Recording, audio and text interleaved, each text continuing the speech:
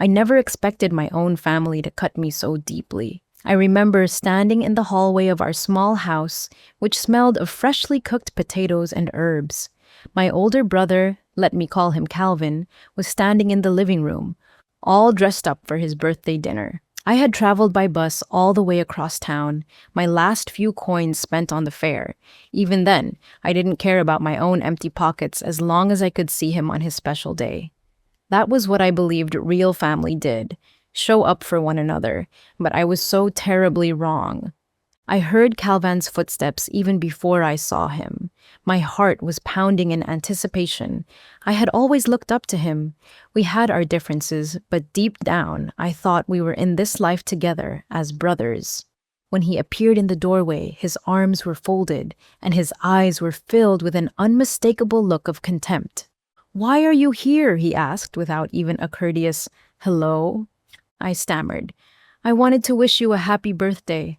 I couldn't bring anything too fancy, but I got you a small gift." My voice, already unsteady from my own insecurities, barely managed to remain even. He took one look at the modest wrapped parcel, no bigger than my hand. I had saved for this little token, a simple watch I found at a discount store. It wasn't a luxury brand, but it was heartfelt. "That's not a normal gift," Calvin muttered with an exasperated sigh. "And you're not working right now, aren't you?" He didn't even bother to phrase it gently. It felt like he wanted me to confirm, for everyone in the room, that I was unemployed and broke. A flush of embarrassment crept up my cheeks. Just then, our parents appeared behind him. My mother, let's call her Linda, gave me a sympathetic but distant look, while my father, Robert, peered at me as though I was imposing on a grand event. They didn't greet me with open arms either. They seemed more curious to see how I would respond to Calvin's cutting words than to welcome me home. Deep down, I was already on edge. There was something in the air, something prepared, like everyone had already rehearsed a message for me. Calvin looked at me, and I'll never forget his next words. "There's no place for you here at my party. You can't give me a normal gift. I appreciate that you came, but let's face it, you're not in a position to celebrate anything. If you can save up money in a year, maybe I'll invite you to my next birthday. But right now, just go home." It felt like someone had torn a piece of me away. I glanced at our parents, hoping one of them would protest. Maybe my father would step forward, or my mother might put a gentle hand on my shoulder and say, "Don't be silly, of course you can stay." Instead, they nodded in agreement. My father, always a man of few words, simply said, "It's an appropriate approach. The boys gotta learn that we're not friends, just brothers." My mother echoed something to the same effect, though more softly, as if guilt whispered in her voice. I stood there, stunned, my tiny wrapped gift in my hand. My throat felt tight, and I mumbled a farewell to the three of them, though I doubt any of them heard me. Then I left the house, the door closing behind me with a thud that told me how little I mattered. The hollow echo in my ears lingered long after I walked out into the chilly evening. As I made my way back to the bus stop, the gray clouds overhead seemed to reflect the storm of confusion inside me. I kept asking myself, over and over, how my family could be so callous. In the days that followed, I couldn't shake off that humiliation. My savings were nearly gone, and I was barely surviving on part-time gigs. My living situation was precarious too. I was sharing a cramped apartment with a friend who had offered me his couch, and the friend, let's call him Marcus, didn't always keep his word regarding splitting the bills. Still, I bit my tongue, took whatever odd jobs came my way, and tried not to sink deeper into despair. Although it hurt, Calvin's rejection lit a small fire in my heart. I spent countless nights in cheap internet cafes, applying for jobs that I wasn't sure I would ever hear back from. I typed up a resume that felt like it was full of holes. Sometimes I passed entire days wandering through the downtown district, looking for storefronts with "Help Wanted" signs, only to return home with blistered feet and no real leads. After 3 more months of fruitless searching, I received a phone call from a local design studio that specialized in printing and customizing merchandise. Let me call it Bluebird printing. They wanted an entry-level assistant who could manage phone calls, handle emails, and ensure orders were promptly processed. The pay wasn't astronomical, but it was a decent living wage. The relief I felt was immeasurable. I was determined to prove myself. On my first day at Bluebird Printing, I was assigned to shadow an older employee named Gabe. He was gruff, had a permanent scowl, and hardly offered more than a grunt whenever I asked him questions. But I didn't mind. I was just thrilled to have a job. Over time, I noticed that Gabe often took credit for my work or pointed out my mistakes to the supervisors before I could rectify them. The man was clearly threatened by me, perhaps worried that I'd outshine him. In most workplaces, this could be dismissed as typical office politics, but in my fragile state of mind, it felt like betrayal. I confronted Gabe politely one afternoon, saying, "I noticed you've been telling the supervisor that I forgot to verify the shipping addresses, but I did check them. Did I miss something?" He sneered, shrugged, and walked away without a word. Moments later, I discovered a note pinned to my desk. "Watch your back." My heart sank, so the hostility wasn't just paranoia on my part. He was actively undermining me. I considered telling my supervisor, but I still felt like a newcomer, uncertain if anyone would take me seriously. Instead, I decided to double-check every single item of my work, and I started documenting everything. If I packaged an order, I'd snap a quick photo of the shipping details. If I handled emails, I'd save them in a separate folder. Eventually, management began to notice inconsistencies. Gabe complained that I was skipping steps in quality control, but my documented evidence proved otherwise. One afternoon, our supervisor, Carla, called Gabe into her office. I observed through the small glass window. He emerged half an hour later with slumped shoulders, his face set in a grimace. Gabe never directly apologized, but from that day on, he kept his distance, and I was free to do my job without sabotage. That was my first taste of seeing an antagonist get his due, and though it was small-scale retribution, it taught me the power of patience and persistence. I didn't forgive him. There was no need. He had never shown me any real kindness, and I saw no reason to pretend everything was fine. But I moved on and let the system punish him in its own small way. Over time, my position at Bluebird Printing led me to learn more about product branding and design. I discovered I had a knack for it, a fresh eye for what customers liked. I began offering suggestions to clients about how to improve their logos or marketing angles. Little by little, I earned enough trust and respect that even Carla asked for my opinion on how to attract bigger clients. The months turned into 2 years of steady growth, both for me and for Bluebird Printing. It wasn't a rags to riches transformation, but my confidence blossomed.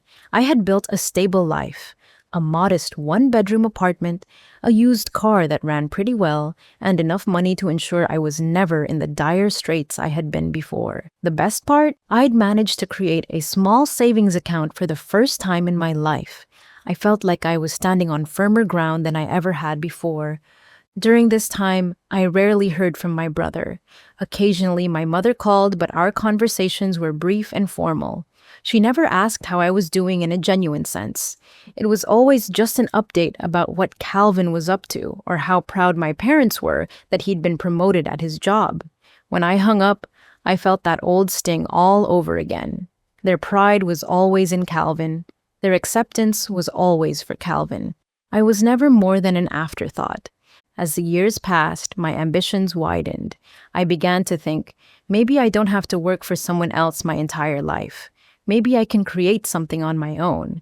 So, in the evenings, after my shift, I studied marketing, website building, and basic finance. I read articles about small business formation, memorizing the language of entrepreneurship. Step by step, I pieced together a plan. In my 3rd year at Bluebird Printing, I took the leap. I left on good terms, which surprised everyone, including Gabe, who by then seemed almost intrigued by my dedication, though I still carried no illusions about him ever being friendly.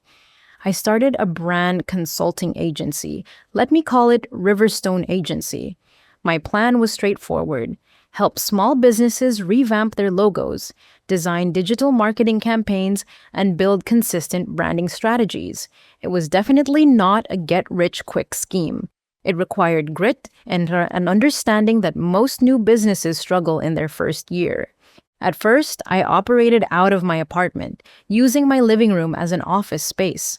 I reached out to every local connection I had, including old clients from Bluebird Printing, friends, even small community groups in the area. I offered discount rates or even free trials to get my foot in the door. One by one, I built a network of satisfied customers. Word of mouth spread, and within the year, I was ready to rent a tiny office in a refurbished building downtown.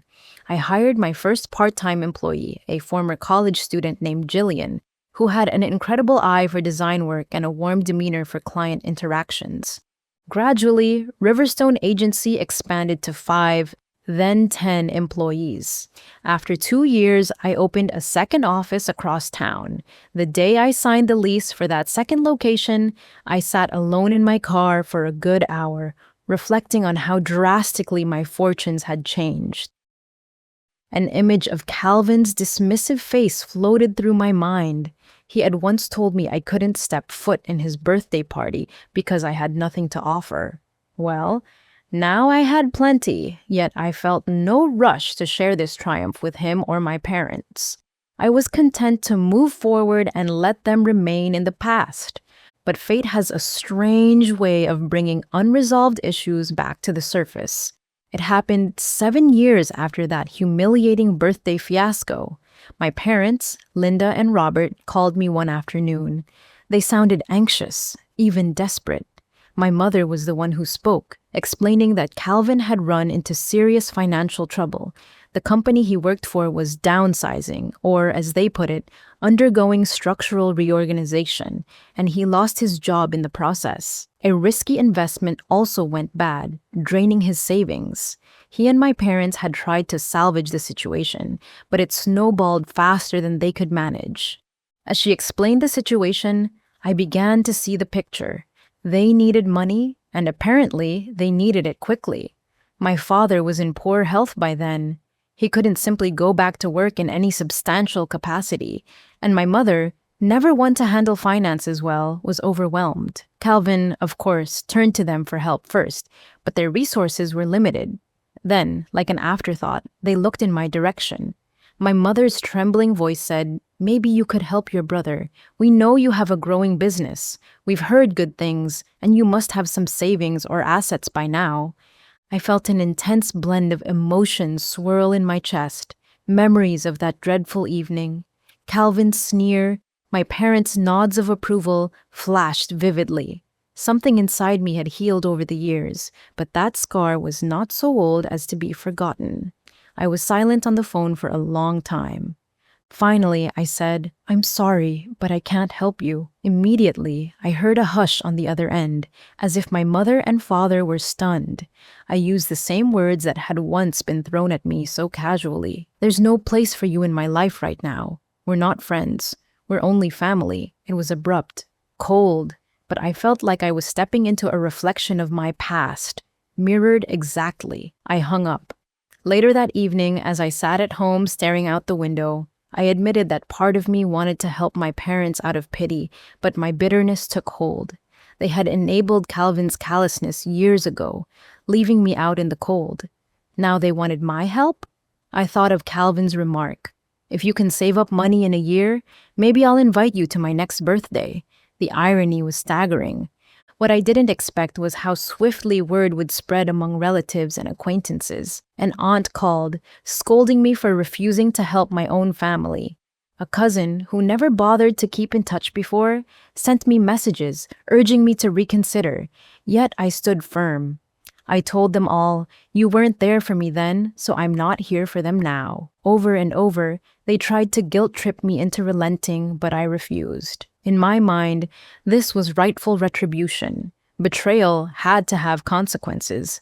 Even as the months passed, my business thrived. We signed larger contracts, built new partnerships, and opened an avenue for online consultations with clients worldwide. My resentment toward Calvin and my parents didn't hamper my success. In fact, it fueled me in moments of self doubt. I would remember their rejection, and it would encourage me to push harder to ensure that no one could ever belittle me again. While growing Riverstone Agency, however, I encountered more than one unscrupulous individual who sought to exploit my fledgling operation. One in particular, a man named Brandon, stands out.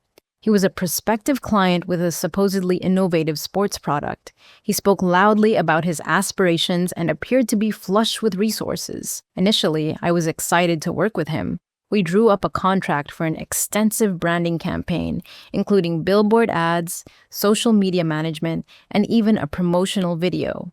I assigned Jillian to be his primary contact, but within 2 months, she began reporting that Brandon was dragging his feet on payments and pushing for additional services not outlined in the contract. Meanwhile, he hinted that if we just trusted him, he would eventually bring in more of his wealthy associates. It sounded fishy, so I checked into Brandon's background more thoroughly. It turned out his supposed innovative product had no patent, no real presence in the market, and was basically a rehash of existing items. His entire venture was a bluff. When I confronted him politely via email, asking for clarity and partial payment for the work already completed, he responded with a litany of excuses.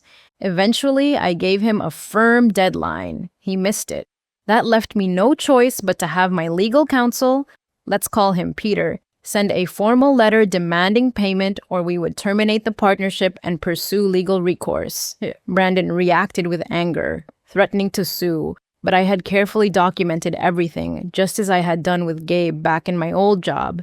Brandon's threats fell flat, and in the end, he was forced to pay what he owed to avoid further legal trouble. Once more, I saw an antagonist get the punishment that was due. The lesson repeated itself.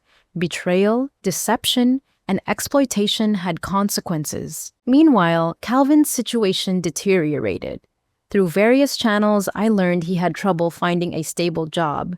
His old field was saturated, and potential employers didn't want to risk hiring someone who had been let go in a downsizing. My parents tried to help him financially, but their resources were limited. They even sold a few treasured family heirlooms to pay off some of Calvin's high-interest debts. Still, the problem only spiraled. One day, almost 2 years after their initial plea, my mother came to my office unannounced. She walked into the reception area, ignoring the startled looks from my staff, and demanded to see me. Jillian discreetly informed me, and I agreed to meet her in a quiet corner of the hallway. She looked older, frailer, as if life had worn her down. She told me tearfully, "I know we wronged you. We shouldn't have treated you that way at Calvin's birthday all those years ago, but we're still your parents. Please understand we were doing what we thought was best. We never meant to hurt you." Her voice trembled, and for a moment I saw flashes of my childhood, picnics by the lake, holiday dinners where we laughed together, but those memories had been overshadowed by the time they stood there, letting Calvin humiliate me. I found it hard to muster sympathy. I felt a storm inside me. Part anger, part sorrow, I said quietly. I learned long ago that family can hurt you worse than strangers. When I needed your help, you sided with Calvin. You said we weren't friends, just brothers. Well, I found my own friends now, and my business has thrived because of my team, not because of you. She looked pained, and I sensed she wanted me to relent, to offer a lifeline. But in my heart, I had already set my course. Every betrayal in my life had ended, with me standing strong after the antagonists faced their own consequences. I had no inclination to help the people who cast me aside. My mother started to say something else, but I stopped her with a raised hand and looked away. Then she left, shoulders slumped, tears on her cheeks.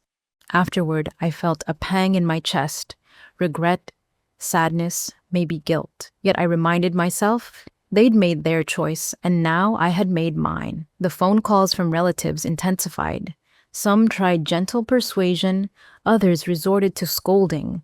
One uncle even threatened to bring the entire family to my doorstep to shame me into helping. I calmly responded that if they showed up, I'd call security. They never came. More time rolled by, and I poured myself into my work. As Riverstone Agency prepared for another expansion, I reflected on just how far I'd come. My former life, unemployed, barely making rent, scorned by my own family, felt like a distant memory. Yet the bitterness lurked like a shadow. People say holding on to resentment is like drinking poison and expecting the other person to die, but I believed my bitterness fueled a stronger sense of self. It reminded me never to rely on those who had once cut me off so ruthlessly. Sometimes, though, I questioned if my revenge was too harsh. A small voice inside me wondered whether I could ever find closure. But for every one of those moments, another memory arose of how my parents nodded at Calvin's words about me, how they said it was appropriate for him to exclude me. I remembered the phone call they made after they discovered I was successful. Only then did they seem to recall I existed. In that context, my decision seemed justified. Those who betrayed me never truly sought to understand what they'd done. Gabe at the printing shop never apologized. He just stopped interfering. Calvin had never reached out to express regret. My parents' approach was that I should do what any good child would do. None of them recognized my pain on a genuine, heartfelt level. They merely wanted a quick fix for their crises. That, more than anything, steeled my resolve to withhold forgiveness. To me, betrayal demands restitution before anyone can even consider the possibility of reconciliation. And in my family's case, no restitution was offered. Revenge, I realized, doesn't always look like an elaborate scheme or an aggressive act of payback. Sometimes it simply means living your life in a way that those who doubted you can't benefit from your success. My brother's casual cruelty, my parents' indifference, they came back to haunt them, and that was their retribution. Looking back, my journey was full of small wins, each of them made sweeter by the memory of what I'd overcome. Gabe's deceit at my old job was exposed.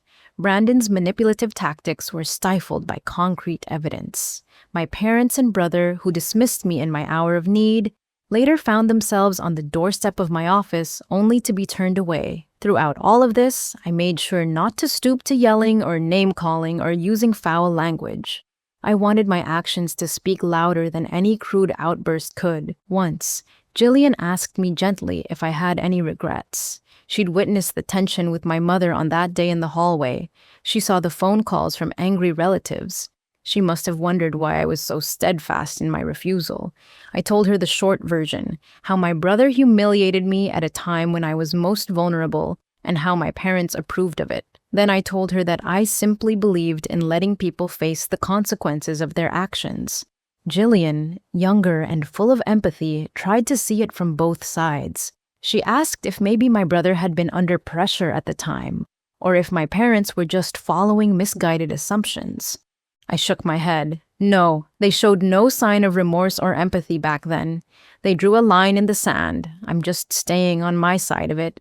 Her eyes softened with understanding. She didn't press me further. We continued building the agency, focusing on the clients we had, forging new relationships, and cultivating a workplace environment that thrived on genuine collaboration. Over time, we attracted talented people, some from across the country, who wanted to be part of our growing success. I made sure to treat them with more kindness than my family ever showed me. To me, that was the biggest difference. I built a new kind of family at work, one based on mutual support, of course. Not everyone at Riverstone Agency was a saint. Occasionally, we hired someone who turned out to be unreliable or who tried to undercut colleagues, but I was quicker to address those issues than I might have been years ago. The moment I spotted signs of betrayal or sabotage, I confronted it. If they refused to change, I let them go. There was no sense in allowing toxic behavior to fester. At times, I'd see glimpses of Calvin on social media. Friends or distant relatives posted photos of him looking tired and worn, or shared updates that he was still looking for work. There was a talk that he'd tried launching a small enterprise of his own, but it floundered due to poor planning. My parents, from what I heard, were deeply disappointed that I hadn't come to rescue him. In quiet moments, I questioned if I was heartless, but I reminded myself how I'd once been forced to walk away from a family gathering because of my lack of money. They drew the boundary of only brothers, not friends. So be it. Revenge can be both satisfying and haunting. The satisfaction lies in proving them wrong, in standing tall where they expected you to crumble. The haunting part is the echo of lost connection. Although my family hadn't been loving in that crucial moment, they were still the people who raised me, but they had taught me a painful lesson that sometimes blood ties are not enough to ensure compassion or loyalty. In that sense, they got their own brand of comeuppance. They once refused to see me as more than a nuisance, so they would never see the fruits of my labor. I kept those reflections to myself. Life went on with the usual ups and downs of running a business. Some days were triumphant, others exhausting. I closed important deals, faced new market challenges, hired staff, and occasionally had to fire staff who didn't align with our values. Through it all, I never forgot the lesson that had been drilled into me 7 years before. When someone betrays you, trust is broken, and it is almost never rebuilt. If they want to try, it's on them to acknowledge their wrongdoing and make amends. Until then, what point is there in pretending everything is fine? One late evening, after signing a promising partnership with a multinational distributor, let me simply refer to them as the major distributor without a real name, I finally paused to reflect on how everything had come full circle. I was working in my office, overlooking the city lights, and a wave of calm washed over me. I put down my pen and thought of the irony. The same parents who once believed it appropriate for me to be excluded were the ones who later sought my support, and Calvin, who told me I could come to his next birthday only if I saved up enough to get him a decent gift, was now in dire need of financial rescue himself. The cycle of life certainly had a sense of poetic justice. I never felt the need to contact them again. They made a final plea or two, mostly through relatives, but I let those calls go unanswered. My parents and brother eventually stopped trying. Word on the grapevine was that Calvin had found a small job at a local shop, earning just enough to get by. My parents were living off my father's limited pension, supplemented by money they had left from selling their valuables. They never fully recovered from their losses, or from the shock that I would turn them down as firmly as they had once turned me down. Sometimes I'd catch myself wondering if I should do something for them. A quiet part of me felt a twinge of remorse at how final everything seemed. But then I'd remember the tears and humiliation I endured, and how they never even offered me a glass of water after sending me away that birthday evening. People often say that time heals all wounds, but some scars remain to remind you of where you came from. My scar taught me that not everyone who shares your blood is worthy of your trust or support, and I acted accordingly. Jillian once commented that she admired my resolve. "You don't let people walk all over you," she said. "I've seen you stand up to bullies and manipulative types. It's inspiring." I just gave a little half smile, unsure how to respond. It was true that I had grown from a timid, unemployed outcast to a determined entrepreneur, but I never considered it glamorous. It was simply survival, forged from being turned away and locked out by my own family. I learned to find solace in my team, in the friends I made along the way, and in the satisfaction of building something from scratch. That, to me, was worth far more than forced gatherings with people who disdained me. My brother's fate, my parents' disappointment, those were the consequences of their own actions. I might have pitied them at times, but I would not rescue them from the fall they had engineered for themselves so long ago. And so it stands. I became successful in my own right, with an agency that grew into multiple branches and a reputation for both reliability and creativity. Gabe, the backstabbing coworker, was left behind at the printing shop, overshadowed by his own poor choices. Brandon, the shady client, was forced to pay his debts to me and presumably moved on to con other unsuspecting folks. My family found out the hard way that if you push someone aside when they're at their lowest, Don't be surprised if they fail to catch you when you're falling. Though I can't say I'm happy about how things turned out with my brother and parents, I refuse to let that regret consume me. I choose instead to channel my energy into the life I've built and the people who have shown me genuine loyalty. If there is ever to be forgiveness, it would require more than an apologetic phone call or a desperate plea for money. It would require a real conversation, one in which they acknowledged the damage they did and made an effort to repair it. Since that effort hasn't come, I see no need to offer what they haven't truly asked for.